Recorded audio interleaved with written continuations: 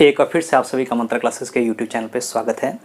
जैसा कि आज हम लेकर आए हैं आपके लिए इतिहास का जो आपका औद्योगिकीकरण का युग है। अब हम लोग क्रॉस कर चुके हैं जो इतिहास, ब्रिटेन के इतिहास को छोड़ते हुए हम अब आगे में पढ़ेंगे भारत के उद्योग में कि भारतीय उद्योग पे क्या प्रभाव पड़ा था।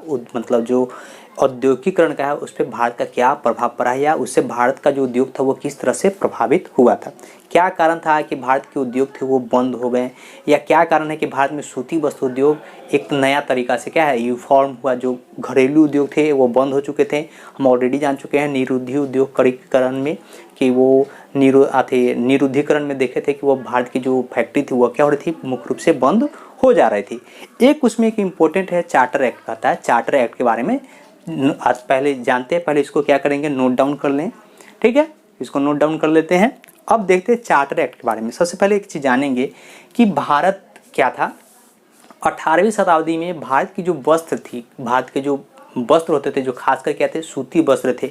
भारत में रेशम का था। सुनिए कि पूरे विश्व में भारत की जो रेशम थी वो बेहतरीन क्वालिटी की मिलती थी। जो यहाँ की जो रेशम थी, चाहे मलमल का कपड़ा था, वो पूरे विश्व में इसकी डिमांड बहुत ज़्यादा होती थी। तो इसलिए क्या है कि भारत के जो उद्योग थे उनका विश्व में क्या था, बहुत ज़्यादा महत्व था। और 18वीं शताब्दी में क्या था कि अंग्रेज का क्या था, भारत एक प्रमुख उपनिवेश था। तो अंग्रेज चाहते थे कि अपनी वस्तुओं को भारत में किस तरह बेचा जाए और भारत की जो वस्तुएं हैं उस पर कैसे नियंत्रण स्थापित की जाए, कि भारत के जो उद्योग है उन पर कैसे नियंत्रण स्थापित करेंगे और अपने देश की जो निर्मित वस्तु उसको भारत में कैसे बेचेंगे। इसके लिए उन्होंने क्या किया, एक चार्टर एक्ट पारित किया। इस एक्ट में क्या था कि मुक्त व्यापार की नीति अपनाई गई थी, मतलब आयात और निर्यात करने के लिए।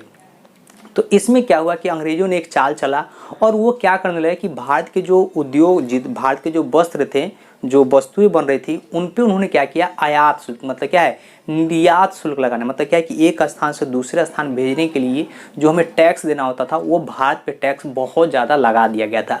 और उस समय क्या था कि जितना भी जो भी संसाधन थे वो क्या थे, ब्रिटिश ही थे।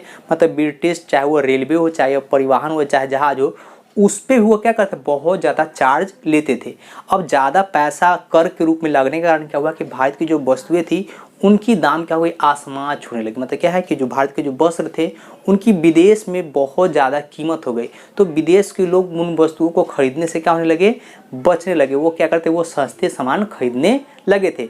वही चीज़ उल्टा क्या हुआ कि वो अपने फायदे में क्या किया अंग्रेज, कि अपनी जो वस्तुएं भारत में ला रहे थे, मतलब वो जो आयात कर रहे थे, जो भारत जो वस्तु को मंगा रहा था, उन पर उन्होंने कोई टैक्स नहीं लगाया था। मतलब किसी भी प्रकार का उन्होंने कोई पैसा नहीं लगाया। तो पैसा न लगाने के कारण क्या हुआ कि वो भारतीय वस्तु के तुलना में वो बहुत सस्ता हो गया। जैसे चाइना के मामले में देख सकते हैं। जैसे अभी अगर वर्तमान में देखा जाए तो जो हमारी वस्तुएं हैं वो चाइना की अपेक्षा क्या, चाइनीज वस्तु बहुत सस्ता मिलती है और हमारी वस्तु क्या है, बहुत उसके अपेक्षा बहुत ज़्यादा महंगा मिलती है। चाहे आप कोई भी प्रोडक्ट उठा के देख सकते हैं, चाइना की वस्तु क्या है, हमेशा आपको सस्ता ही मिलेगी और हमारे यहाँ की जो निर्मित वस्तु है वो बहुत महंगी मिलती है।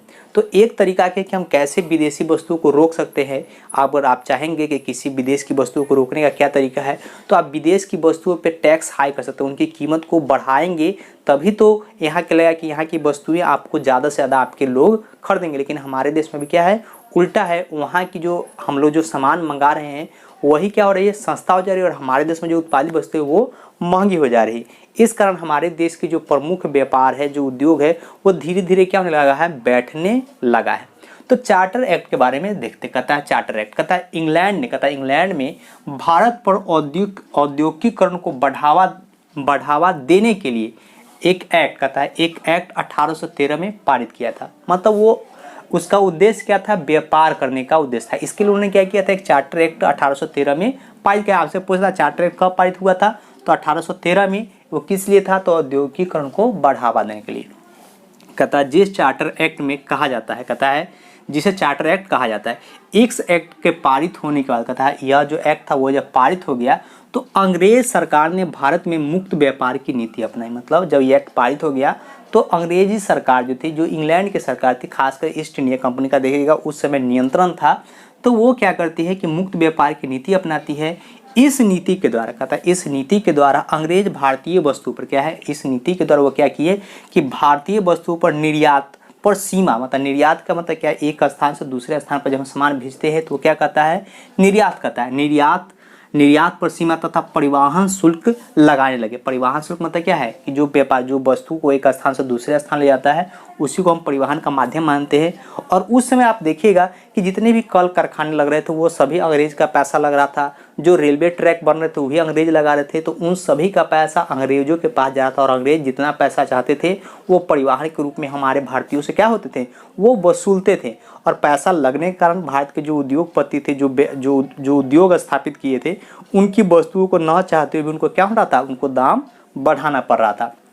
कहता है कि शुल्क लगाने के कारण भारतीय वस्तुओं के दाम अधिक हो गए। भाई सिंपल सा बात है कि आप कोई छोटा सा मतलब मान के चलिए 10 रुपया कलम है, लेकिन हम इसको कहीं पानापुर भेजते हैं तो पानापुर शुल्क सीमा शुल्क के रूप इसको 2 रुपया या 3 रुपये बढ़ा देगा। फिर सीमा शुल्क के अलावा और क्या है कि वहाँ का जगह अगर परिवहन का 2 रुपया लिया और अगर टैक्स के रूप में क्या है 2 रुपया, तो यह 10 रुपये का पेन कितना में हो जाएगा, 14 रुपये का हो जाएगा और कोई इसको खरीदना नहीं चाहेगा। तो वही चीज़ हो रहा था भारतीय वस्तुओं के साथ भी, यही चीज़ हो रहा था। जो भारतीय उद्योग के था उनको भी यही सब चीज़ घटना से जूझना पड़ा था। कहता है अंग्रेज अपनी वस्तुओं के आयात को बढ़ावा दिया। अंग्रेजों ने क्या किया, अपनी वस्तु थे वो भारत में और ज़्यादा भेजने लगे, बहुत ज़्यादा एकदम कि भाई आप लेते जाइए, जितना ले सकते हैं लेते जाइए। कहता है जिस कारण भारत के उद्योग को क्या हुआ, बहुत अधिक विनाश हुआ। मतलब उनको क्या हुआ कि बहुत ज़्यादा नुकसान हुआ, कि जो भारतीय उद्योग थे उनको बहुत ज़्यादा नुकसान हुआ। ऐसा क्यों हुआ, क्योंकि जो भारत की वस्तुएं थे उनसे बहुत सस्ता कीमत पे क्या हो रहा था कि अंग्रेज हमारे देश में वस्तु ला रहे थे। कहता है उद्योग की स्थापना, अंग्रेज भी अब क्या करने लगे, अंग्रेज बड़े बड़े कल कारखाने उद्योग स्थापित करने लगे, जिनसे क्या हो कि बड़े लेवल पर प्रोडक्शन हो। कहता है अब स्थापना से क्या हो कि जो देसी उद्योग थे, देसी उद्योग मतलब क्या है कि देश के जो परंपरागत उद्योग थे, मतलब हाथों से बनाने वाले जो कारीगर थे, जो बुनकर होते थे। बुनकर मतलब क्या, जो हाथ से जो बुनते थे, वैसे व्यक्तियों का, वैसा जो लोग थे उनका जो उद्योग था वह क्या हो गया, बंद हो गया। इसी को भारतीय उद्योग का क्या कहता है, निरुद्धीकरण कहते हैं। कि मतलब इन कारण ये चार्टर एक्ट के कारण क्या है कि भारत में मुक्त व्यापार की नीति आई, और मुक्त व्यापार नीति आने के कारण क्या है कि भारत की जो वस्तुएं थी वो बहुत महंगी हो गई और विदेशी सामान क्या हो गया, बहुत सस्ता हो गया। और सस्ता होने के कारण क्या है कि भारत के जो उद्योग थे वह धीरे धीरे बंद करने लगे, क्योंकि उनकी प्रतिस्पर्धा क्या हो गई, जो एक टक्कर मतलब प्रतिस्पर्धा मतलब क्या होता है कि हमको एक दूसरे के सामने क्या है कि हम कौन अच्छा है। अब मान चला कि हम अच्छा है लेकिन हमारी कीमत क्या है, बहुत ज़्यादा। उस अवस्था में क्या हो जाएगी कि आप वस्तु का निर्माण करना कम कर देंगे। ऐसे में हुआ क्या कि जब निर्माण कम हुआ तो सीधा सा बात है कि वो उद्योग क्या हो गए, बंद हो गए। इसी को क्या कहता है, भारतीय उद्योग का निरुद्धीकरण भी कहा जाता है।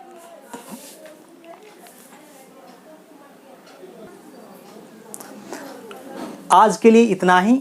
अब आगे में जो हम लोग को पढ़ना है भारत में औद्योगिकीकरण, जैसे आप थी काबर भाई के नाम सुनेगा, दादा भाई मतलब जो टाटा हैं उनके बारे में सुने कि भारत में क्या थे उद्योगीकरण की शुरुआत हुई, जो कहता है कि 1854 में हुआ था। लेकिन जो मुख्य रूप से विकास हुआ था तो वो 1907 में था। ये 2 डेट बड़ा इंपॉर्टेंट है। फिर हम जानेंगे कि कैसे भारत में स्टील प्लांट लगा है, बोकारो स्टील प्लांट लगा, फिर थी दुर्गापुर है। भारत के बहुत सारे प्रमुख क्षेत्र है जहाँ पर क्या है कि वस्तुओं का बड़े पैमाने पर निर्माण हुआ। किस तरह सूती वस्त्र का मतलब मुंबई में ही क्यों स्थापित किया या बंगाल में ही क्यों स्थापित किया गया है, तो इसका रीज़न था कि यह क्या समुद्र के निकट थे और उनसे क्या होता था कि व्यापार करने में आसानी हो सकती थी। वो एक स्थान से दूसरे स्थान क्या है आसानी से ले जाया जा सकता था। तो उद्योग स्थापना में परिवहन का भी बहुत बड़ा योगदान होता है। तो आज के लिए इतना ही, फिर मिलते हैं आपसे